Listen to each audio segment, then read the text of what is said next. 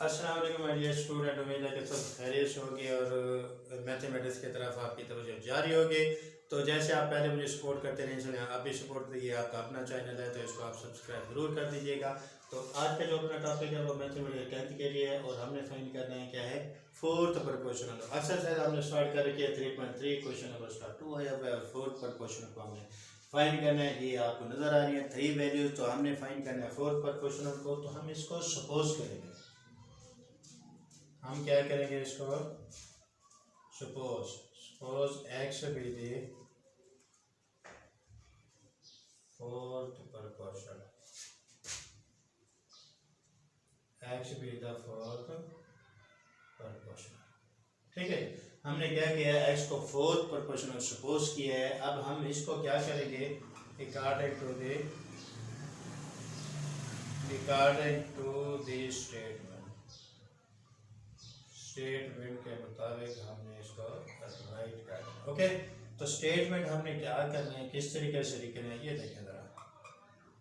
ये fourth proportional है तो नंबर 4 पे आप लिखोगे ये, ठीक है ना।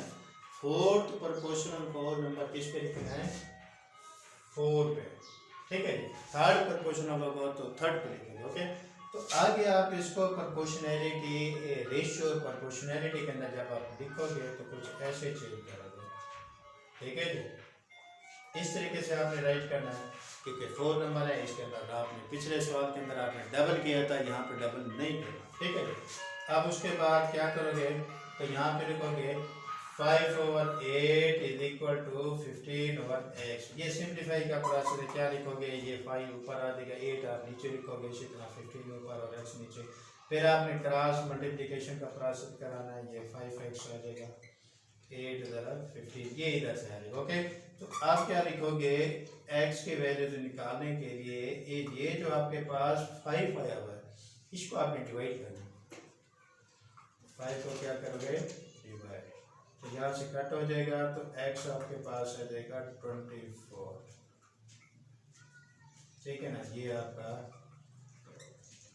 सोल्यूशन। ओके, तो ये आपने अजीज तलबा जो फोर्थ प्रोपोर्शनल था वो आपने सीखा है। मज़ीद हम इसके एक एग्जांपल और देते हैं आपको सीखने के लिए, समझने के लिए। नेक्स्ट जो क्वेश्चन हम इसका करते हैं, उसके अंदर अगर आप देखें तो नेक्स्ट क्वेश्चन को हम करने की कोशिश करें। इसकी जो स्टेटमेंट है वो 4x4 है, सेकेंड पार्ट है 4x4, ठीक है। हम नेक्स्ट क्वेश्चन की स्टेटमेंट क्या है, 2x3 आ जाएगा, ठीक है। क्या आ जाएगा, 2x3 18x5, 2x3 18x5, ठीक है ना। ये आपके पास क्या है, ठीक है ना, स्टेटमेंट है क्वेश्चन की। अब हमने इसके अंदर क्या फाइंड करना है, फोर्थ प्रोपोर्शनल। क्या फाइंड करना है, फोर्थ प्रोपोर्शनल। तो फोर्थ प्रोपोर्शनल के लिए ये 3 वैल्यूज इसके अंदर ऑलरेडी है, तो हम क्या करेंगे, सपोज z बेटा फोर्थ प्रोपोर्शनल। हमने z को क्या लिखा है, फोर्थ प्रोपोर्शनल। अब अगर आप देखें कि यहाँ पे हमने z लिखा है, यहाँ पे हमने x लिखा है, नज़र आपको आ रहा है। इसके अंदर डिफरेंस आप देख लो। बात मैंने इसलिए जो है इस क्वेश्चन को करने की कोशिश की है कि हम यहाँ पे सपोज किया है, लास्ट क्वेश्चन में किया था उसमें भी सपोज किया था, यहाँ पे हमने, ठीक है ना, z किया। अब इसके अंदर आप अगर डिफरेंस देखें, ठीक है जी, यहाँ पे जो स्टेटमेंट आपको दे रखी है इसके अंदर किसी किस्म का कोई वेरिएबल नहीं है, तो लिहाजा अपनी मर्जी से जो सपोज करें। अब इनके अंदर जो स्टेटमेंट आ रही है, इस स्टेटमेंट के अंदर वेरिएबल को देखो तो x आ रहा है, ठीक है। इसलिए इसको देख के ये सपोज नहीं करेंगे, तो इसलिए हम z को सपोज, यानी इसके अंदर जो मौजूद होगा ओवरऑल के अंदर हमने उसको सपोज नहीं करें, ठीक है। ओके, यहाँ तक समझ आ गया, आगे चलते हैं। आप इसको मजीद आगे ले जाने के लिए इसकी स्टेटमेंट क्या है, अकॉर्डिंग टू द स्टेटमेंट के मुताबिक कैसे लिखोगे, ये 3 वैल्यूज है, ये 4 प्रोपोर्शनल है, 4 नंबर पे आपने इसको राइट करना है, ठीक है जी। कितने नंबर पे राइट करना है, 4 नंबर पे, ठीक है ना। ये आपके पास 4 नंबर पे यहाँ पे देखिए, ठीक है, क्या आ गया, 4 नंबर। तो आप क्या करोगे, इकॉनॉमिक स्टेटमेंट के मुताबिक ये हम रेशियो और प्रोपोर्शनैलिटी साइन डाल रहे हैं,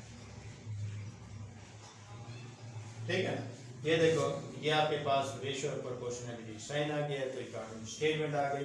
तो इसके मुताबिक जो है ना आगे हम इसको सिंप्लीफाई करेंगे। 2x 3 आ जाएगा इक्वल टू 18x 5/3। ओके, तो जब यहाँ हम इसको लिख लेंगे, पुरानी बात है तो इसलिए हम इसको क्रॉस मल्टीप्लिकेशन कर रहे हैं, हमने इसकी वैल्यूज फाइंड करनी है। z की वैल्यूज फाइंड करने के लिए हमने क्रॉस मल्टीप्लिकेशन का प्रोसेस किया। ये देख सकते हैं आप, हमने इसको इससे मल्टीप्लाई किया और इसको इससे मल्टीप्लाई किया। अब हम क्या करेंगे, आगे जो है ना इसको डिवाइड कर देंगे, ठीक है। ये कैंसिल हो जाएगा और उसके बाद ठीक है, यहाँ से z आ गया और इसको अगर आप सिंप्लीफाई करें तो ये आपके पास 2 आ गया और ये 9 आ गया, ठीक है। तो ये 4 है आपके पास, यहाँ से आप 1 बचेगा। ये 9 आप पहले लिख दोगे, x3 और x1, तो ये कितना आ जाएगा x4। तो ये आपका फोर्थ प्रोपोर्शन आ गया प्रोपोर्शन। अब आपने फोर्थ प्रोपोर्शनल आपने सीख लिया है, जो पहले था उसके अंदर हमने थर्ड प्रोपोर्शनल बात की थी। अब हम फोर्थ प्रोपोर्शनल की बात कर रहे हैं, तो आप है तो ये आप अपना चैनल सब्सक्राइब भी करें और अपने वीडियोस को डाउनलोड दोस्तों तक शेयर भी करें। तो नेक्स्ट लेक्चर के लिए जो है मेरे वेट